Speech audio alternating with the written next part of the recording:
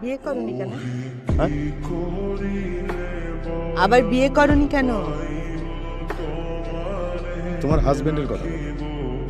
তিনি কি ডাক্তার? প্রশ্নের উত্তরে প্রশ্ন হয়। আমি আগে প্রশ্ন করেছি, উত্তর তুমি আগে দাও।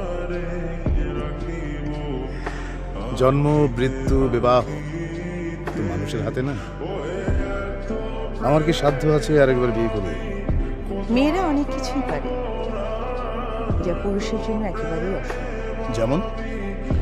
এই যে তুমি বিয়ে না করে থাকতে পারো, অথচ এমন একটা সময় ছিল যখন আমরা ভাবতাম যে আমরা একে অন্যের জন্য সৃষ্টি হয়েছি। তোমারও স্বামী সন্তান আছে, এটাই নিয়তি। মানুষ কখনো তোর নিয়তি বদলাতে পারে না, কখনো।